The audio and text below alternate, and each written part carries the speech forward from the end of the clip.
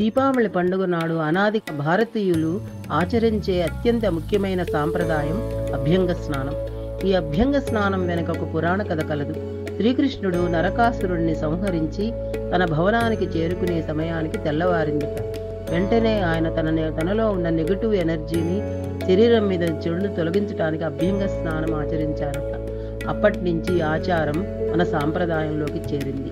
ఈ పండుగ సందర్భంగా చేసే అభ్యంగ స్నానము ఒక పవిత్రమైన ఆచారం. ఇది శరీరము, మనస్సు రెండింటినీ శుద్ధి చేస్తుంది.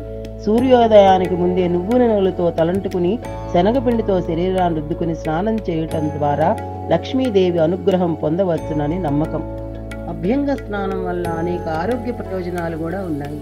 దీపావళితో శీతాకాలం ప్రారంభం అవుతుంది కాబట్టి శీతాకాలంలో వచ్చే చర్మ వ్యాధులు, అనేక రుగ్మతల నుండి కాపాడుకోవచ్చు. అందరూ తప్పకుండా ఈ నరక చతుర్దశి రోజున అభ్యంగ స్నానం చేసి ఆనందంగా దీపావళి జరుపుకోవాలని కోరుకుంటూ అందరికీ దీపావళి శుభాకాంక్షలు.